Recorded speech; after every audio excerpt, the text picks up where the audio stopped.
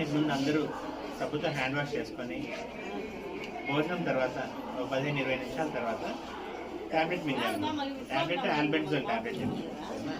ఇది ప్రైవేట్లో 25 నుంచి 30 రూపాయలు అవుతుంది. గవర్నమెంట్ అయితే ఫ్రీగా ఇస్తాం. మనకు భారతదేశంలో రక్తహీనత ఎక్కువగా ఉంది.